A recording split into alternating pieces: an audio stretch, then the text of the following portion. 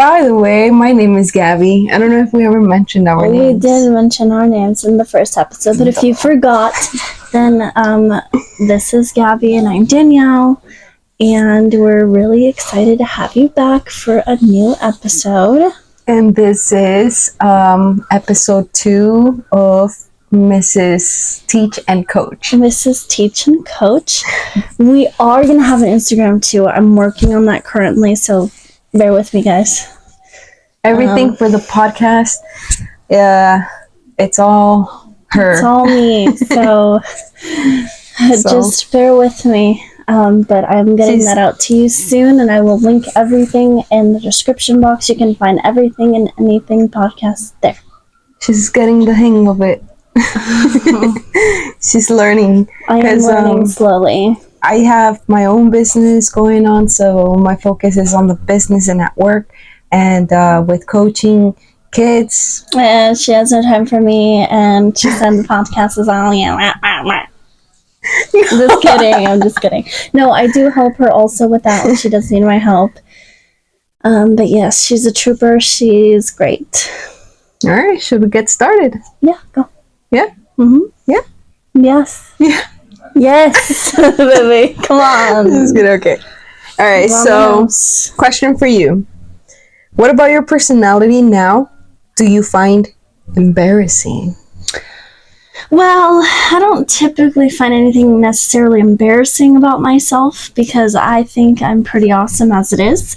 But I guess what I would think the world would see as embarrassing is that, you know, when I'm with my friends or just in general, I'm a child at heart. I might do weird things, I might say weird things or make weird sounds, but that's just a part of me and who I am, and it's just what I do. So if you're gonna be living all boring and bland, then that's on you, I guess. But for me, I like to just be so, because it's funny. So you don't find anything about yourself embarrassing? I mean, only what I just mentioned of, you know. You said you're a child at heart. I am a child at heart. I work with Are kids. you? Yes. Just kidding. Well, do you think, like, being a child at heart, like, do you think maybe any of your childhood habits or traits, you carried them right now? Like, to your adulthood? Does that make sense? Did you get what I'm trying to say? Yes. Right. It does make sense in a way. I guess some habits, like, I don't know.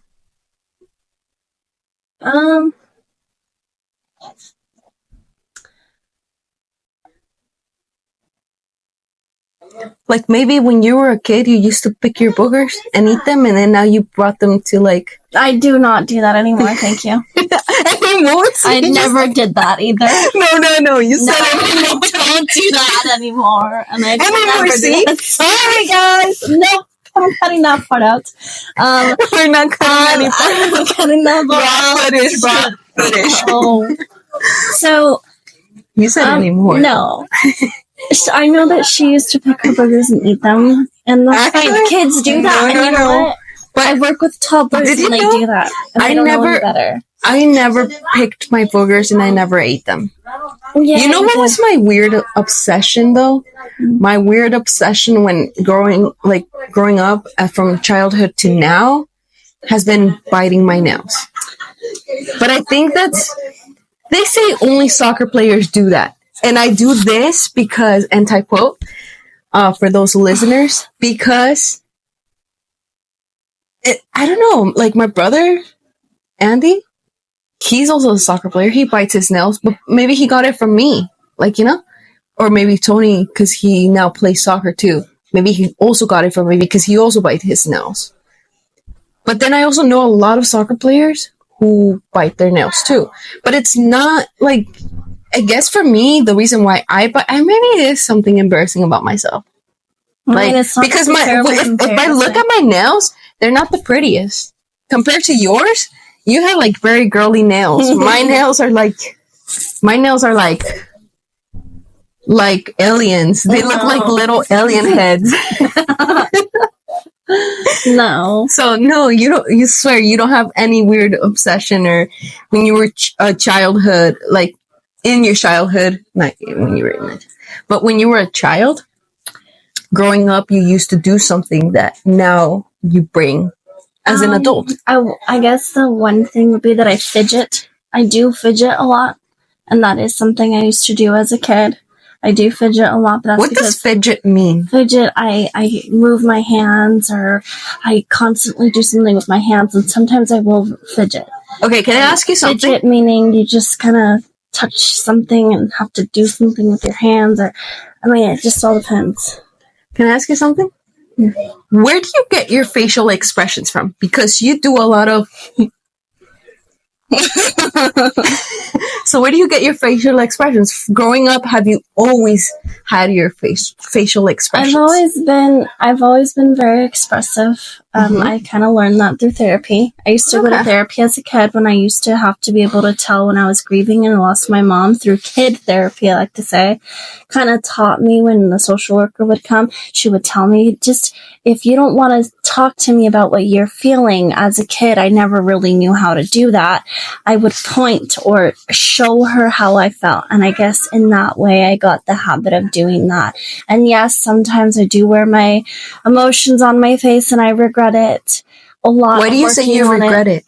Because sometimes it can come off to be wrong or having the attention be on me, and I don't necessarily always like that, and I don't necessarily always like to talk about what I'm feeling right away. Sometimes I just need a moment to process exactly what I'm feeling in order to share, because I don't want to come off as like I'm dramatic or whatever. But obviously lately I've been going through a lot, so my mind has been my face has been kind of explaining everything that I've been feeling.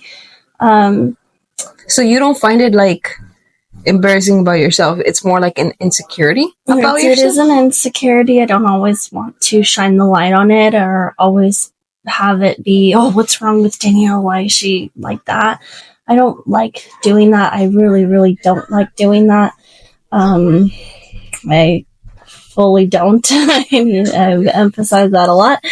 But I also shouldn't be ashamed of it in a way, because I'm a human being. Everyone should have a space to express themselves and show what they feel, and that's fine. It's just the right timing or the right place or with the right people, depending, and yeah. Okay. That's good. Okay. Well, now I have notes too. So, moments when your personality clashed with societal norms or expectations. Do you have any? When I moved from LA to here, I feel that a lot of my personality traits clashed with the things here, because when I was in LA, I was always trapped in society where you were in your kind of your own bubble, which was great. It felt more free. You kind of didn't really have to worry about anything necessarily. But also you did and you didn't.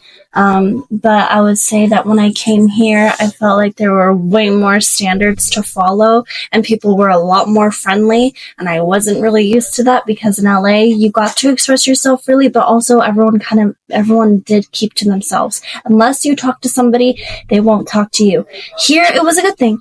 Everybody talks to everybody. Everybody comes up to you, and I made a lot of friends that way. And I'm really good at making friends. I'm really good at talking to people, and everything. It's just that I didn't really expect, I wasn't used to it, I guess, as a kid. As a kid, it was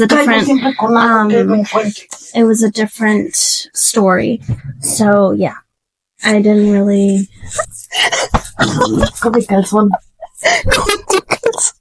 Sorry, guys, that's my fault.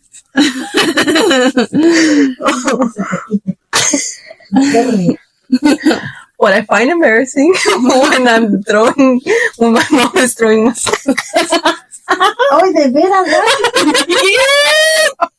Vuélvelo a hacer. Cut! Hi, guys. When we're back. We're back. That was a small little break. Oh my commercial break, I guess you can say. little break. All right. So where were we? We're talking about your when you were back in LA, and then now you're here. No, I'm and here. I've been here since my brother was in college. And I think society norms of when I was a kid to here are very different. In LA, everybody's kind of keep to themselves. And I'm not going to talk to you kind of vibe versus here you come and it's a very welcoming community. Okay, well, for you that you were from LA and then you came here to the Bay Area, did was it weird for you because like your personality did not match? I'm pretty sure, like, I'm not from LA, I'm from the Bay Area. I've always been here. So did your personality had to change? Did you have to adjust to it? Well, yes, I did have to adjust to the society here because I was very much so keep to myself. And then here kind of broke my walls down. I took my guard down a lot, which was really, really hard. And I grew from it in the best way possible. I learned a lot about myself. I learned a lot of different things about myself. It was hard because even now, sometimes I feel very homesick because, I miss going home. And, LA will always be my home. That's where I was raised. That's where my family is. And it is home, but here has been more of a bigger home to me with, now my family here too. Everyone's here all in one place, which is nice. You go down the street, there's another family member. You go down the other street and there's another family member. It's great. All the families are everywhere around here, which is awesome. So we have choices. We have options. Yeah. We've got a lot of different options, which is great. And so that's really fun. So that gives me a piece of home. You guys definitely give that home piece to me, which is nice. It's a very safe and precious spot for me. Environment. And an environment and just... It's different than what you're used to, It's too. different. Yeah, it's definitely different from what I'm used to. It's a really good... it's a good change. It's a good thing. It's great. Makes me feel very loved and safe and, that I have a really good space to be, which is great. And sometimes, I feel like for me, I feel like for me, like, I was born in Mexico and then I came here, but I came here at the age of 6 years old, like 6.5. So for me, I feel like from what I do remember, because like, like I wasn't literally born in the Bay Area. I was born in Mexico, the city of Mexico. So for me, I feel like when I did come here, my personality, all I knew when I was, I guess, 6 years old, 5, 4, 3, 2, 1, 0, count it. No, but all I've known in that time span is that, like, it's so different because I got bullied. I came from Mexico to the US. I had to adjust to a new language. I had to adjust to a new school, different cultures. Like, everything was so new. All I knew was Mexican food and Mexico and like Mexicans and the Spanish. So, it's coming to the US was so different. Personality wise, I feel like being Mexican was embarrassing. Because I feel like for me, it's just like they would say, oh, you're ratchet because you're Mexican. The clothing you wear is poor. So that's embarrassing. Like, everything that represents Mexico, who I was, coming to the US, I was bullied because I was Mexican. So I feel like for me, it was so hard. It was hard to adjust and be in the Bay Area. But I had a really good teacher. I will always remember her because she's like, she looks like you, blonde hair, white skin, and it's not like, me trying to be racist or anything. It's just, how I remember her. She had short hair, colored eyes too. Her name, I don't know if she's still alive or not, or if she's even here in the Bay Area, but her name was or is Miss Lizer. Um, and she was always supportive. And the craziest thing is, like, she surprised me because she knew how to speak Spanish. She was the only person that listened to me. And when I was bullied, when I was having all of this, what I would say insecurities, embarrassments, she was there to stop that bullying. She said she comes from Mexico, a place that's unknown to her. Being here in the US, you know it's new to her, so please, like, be nice to her. And I think what got me to not feel embarrassed about who I am, because, like, even growing up till this day, I feel like, for me, till this day, like, my accent, sometimes I get embarrassed. Sometimes even, like, the music that I put in the, like, in my car is embarrassing, because, like, I grew up from, like, going through Mexico to the US, and, like, having all of these bullies after me because of where I came from. So all of that, I guess, stuck to me. So here and there, I get shy, I get embarrassed of who is me, who I am. And sometimes, like, I feel like an insecurity or something embarrassing is, like, even my English isn't the very best. Sometimes my grammar, or sometimes I flip the words around for what I think is right. I know it's not right. But when someone, like, corrects me, it's embarrassing, because it's like, now I can say that I've been here for, like, almost more than 20 years. I'm 27 now. I came here at the age of 6. So now it's like, oh my God, I'm embarrassed because, like, I messed up a word, you know? So it's just, it all clicks together. I don't know. Maybe for me it's a little different because you were born here, even though you come from LA. For me, I feel like it was harder, but at the same time, it made me stronger. I guess my embarrassments can also be my strengths, because now I can say, this last, I want to say, 3-4 years that have passed, I've been proud of who I am, and I am learning to live with my embarrassments, from what people would think is an embarrassment, and what the old me would used to say, it's an embarrassment to, like, be who you are or where you come from. Like, even this last time that, I went to Mexico, it's crazy because, like, like, I never thought that I would be so proud of where I came from and where I'm at now. So it's been an experience. I don't know. What do you think? I would say that it is a little bit different for people that are not from here, and it's a big change because it's almost like you feel. I like to say, I mean, I can't speak for you, but a new kid in a new school, in a sense where you know nothing and no one or anything. And it's just like when I came here, and I was in a new school. I knew no one and nothing, or none of the culture. It was completely different from what I was used to. I would think of different things to play outside while we were at recess, and everyone would look at me like, "What the hell are you doing? We don't do that here." Did you So feel like vulnerable then? I did feel a little vulnerable in the sense that I shouldn't have been embarrassed about that, because, I mean, we need to express ourselves as kids. Even as a teacher, I always encourage my students to express themselves and to be able to have a space to show who they are and what they like. And it doesn't matter what it is that they like, but we can all kind of create a community and feel together.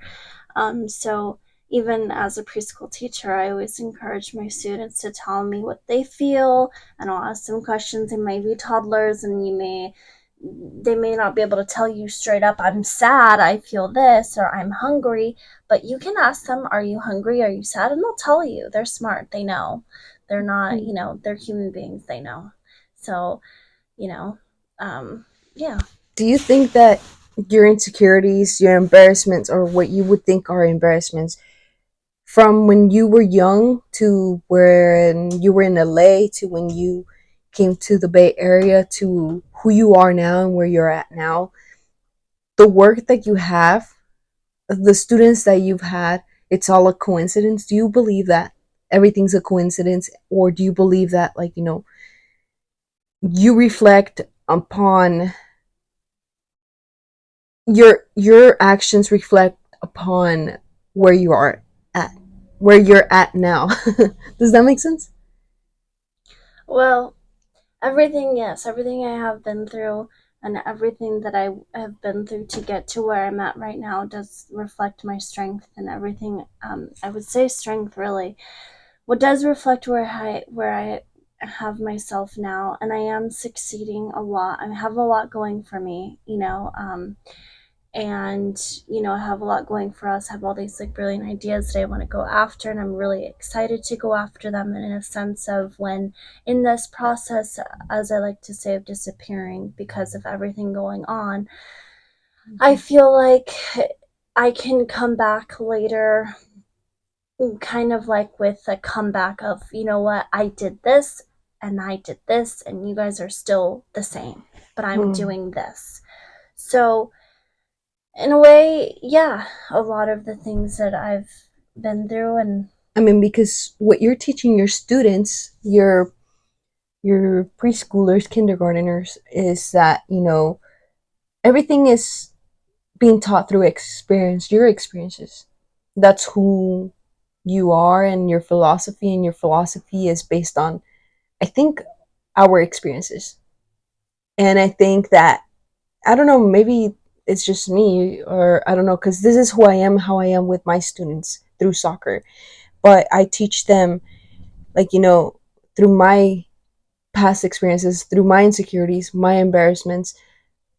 I i guess in a way I use my negativity and turn it into something positive, kind of in a way, or kind of saying, learn from my mistakes and be better than who I was. But how I show it is like empowerment, and you know sharing what I went through so that they won't go through what I went through. Or if something that is an insecurity, kind of like, even earlier today we were talking about how my weight has always been my insecurity, because I grew up hearing, "Oh, you're fat, you're chubby, like, you're gonna get fatter if you keep eating more." And I feel like for you, you told me the exact same thing. That was your insecurity too. And I feel like a lot of people go through that same insecurity. So I that's why I also coach soccer and help other people. That's why I help you. Like, I've been helping you to get in like a healthier environment, as in run. It's something you love to do. Don't give up. Stay consistent. Keep going, because I want you to reach your goal. And I share my experiences with you of, this is my insecurity. This is my process of how I went through it. This works for me. Maybe what works for me doesn't work for you, but maybe it does. Who knows? But maybe if we come together, maybe we can come to a middle ground and see what works for you. But let me help you and share my experiences to show you. I don't know. Maybe it's just all in my head. Maybe that's my way of thinking, though. What's your way? It's getting a little dark. yeah. Let me turn on the light, though. I don't know. I think. Oh, let there be light. I've always been told about my weight. My brother was always on my butt. I was an athlete for most of my life. A runner. I was running. I did running. I Marathons. did it all. And yeah, I do enjoy running. Running is my therapy. Even if I can complain and say I don't like it a million times or I don't want to do it, I still, running is a really big part of me, and it's who I am, and it's what I like to do. It's always been therapy to me. It's always been something of an outlet, especially right now. It's going to help through a lot of things. Um, I always Running has always been my crutch to things, which is great. And they always say don't put your running shoes on. to run away from everything. But it's not necessarily, I call it running away when you're disappearing. You're slowly just drifting off to do something better, to focus your energy on something more. That's kind of how I see it. Most people would say, no, Danielle, you can't always put your running shoes on when something goes wrong, but it's not even about that. It's just about you're not running away. You're not running away necessarily, but you're just finding another outlet to something, to get through something, and that's okay. But other than that, yeah, running has been a really big part of me. It's something I love, and that, I feel like that's what I was saying. Like, do you, or that's where I was trying to get at. Do you think that with what you learned, you're reflecting it on your children at school, like you as a teacher? well, yes, the kids, they're toddlers, but they express their emotions when they're playing and running, and you do see that.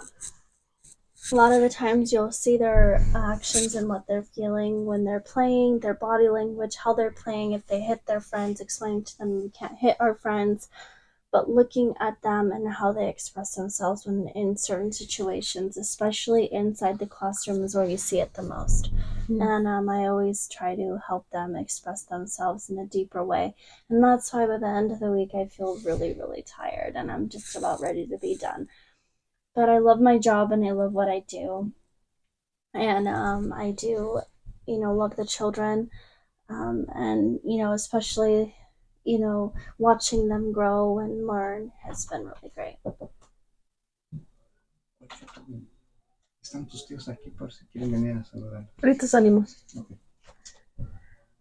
Y el vino ya está listo también. Ok, ahorita vamos. Well, so that was my dad. He just wanted to let us know that we have family members that are here, and to have a little wine family date night on a Sunday. Oh. Sorry, that was my father-in-law reporting that we have family here.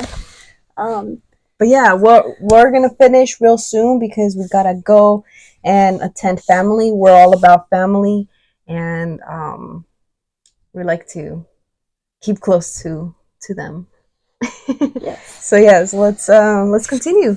So based on everything that we've talked about, though, have you ever had like your past behaviors or reflected on any of your attitude, like good, bad, anything? Do you ever have you ever cringed at any of it, of what you've done? Like, oh, I did that. Like a good example for me, I remember I used to be a hater. I'm sorry, guys. I used to be a Justin Bieber hater. um, I have a niece who loved Justin Bieber. This is when the song Baby came out. And for me, I feel like since everyone just talked about Justin Bieber so much, I just didn't want to be the same. I didn't want to like his music or like him as an artist. So I just started hating him for no reason. I was a little kid. And I reflected it on my niece. And so she started hating Justin Bieber, and all the posters she had of him and everything, she just kind of like grabbed it and threw it away and tossed it because she was learning from someone who was a little bit older than her. And I feel like for me, that's cringe on my part, because why was I hating for no reason, like, that's just, I don't know, especially for me, for who I am now. I've always wanted to be a teacher.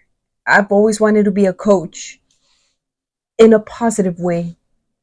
But I've noticed, and I actually had teachers who have told me that, I have a lot of people who follow me who are younger than me or the same age or even older than me.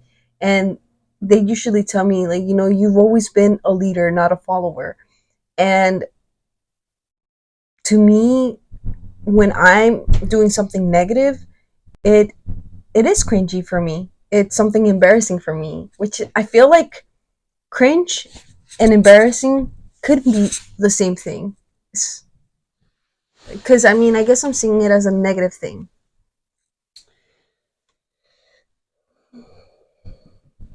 You? No? No. I mean,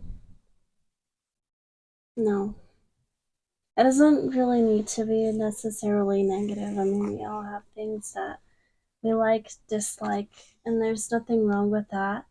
But I mean, I guess in society today, it does kind of put the facade on that one. And it Yeah. does make it feel that way. So it's really hard sometimes to break that barrier down when society has already put a wall up on that. So yeah, it can be hard. Do you think that for you,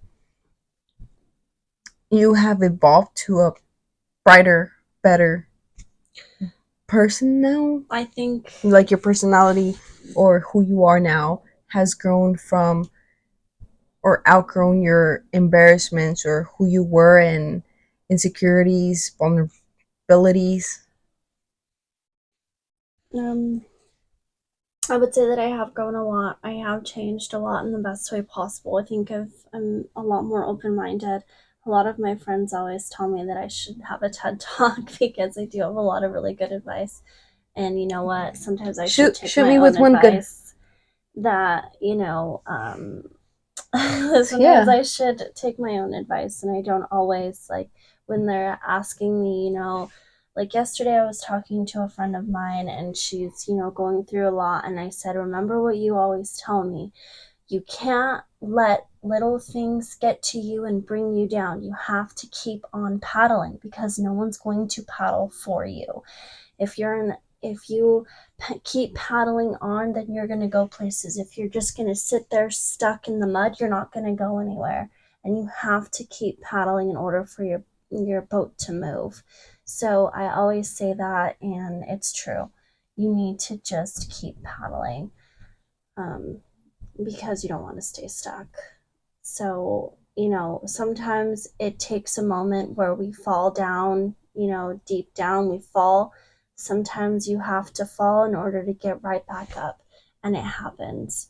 Um, so, you know, it all depends. It does happen sometimes. But yes. Awesome. I like that. Well, all right. So, one last question I have for you.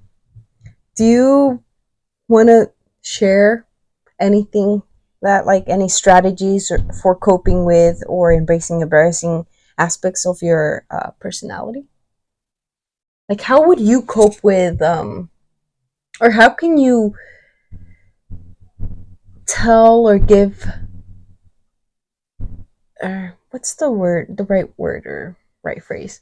How can, what advice would you give? There we go. What advice would you give someone to cope with insecurities, embarrassments? If anyone has an We all embarrassment or have, if you think about it, we're all human beings at the end of the day. We all have insecurities. We all have things we don't like about ourselves, and that's okay. At the end of the day, you should never be afraid to embrace who you are because you're a human and everyone else is a human. We're the same. Literally, we are the same. We have insecurities, we have doubts, we have all the things, all of the above. Never be afraid to show who you are. And if people are so focused on hating, then that's their own fault. They want to waste time and energy on being negative and wanting to think that they're superior than other people, then let them have that spotlight. And if they want to have that spotlight, go for it. It doesn't matter. You can't let other people affect you or take you down. And I know it's easier said than done. I need to work on that myself sometimes, especially when it comes to my family. But it's really, it's easier said than done, but it is possible, and it is something that will take time to do, and that's okay too. Um, but just always remember that it doesn't matter. Who cares?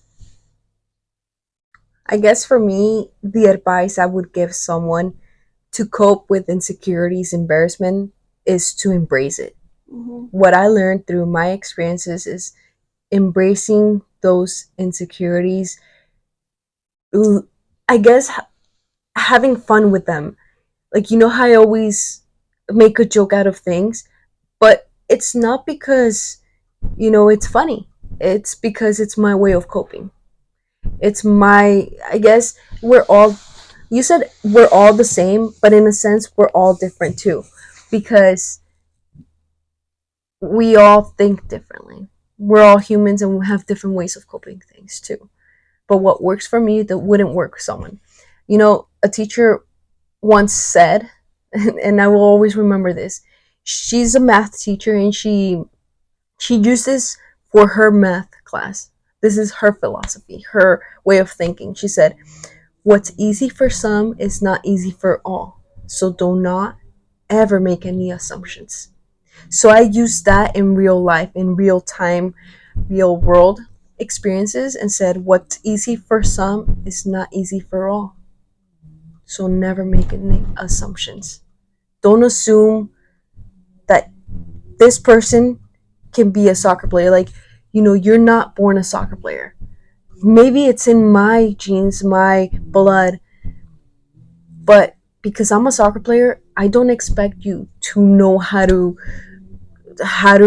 kick the ball so hard or to score.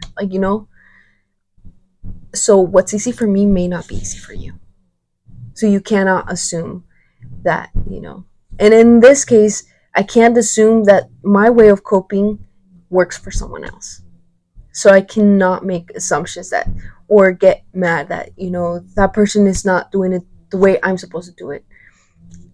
For me, I feel like find a way to embrace it.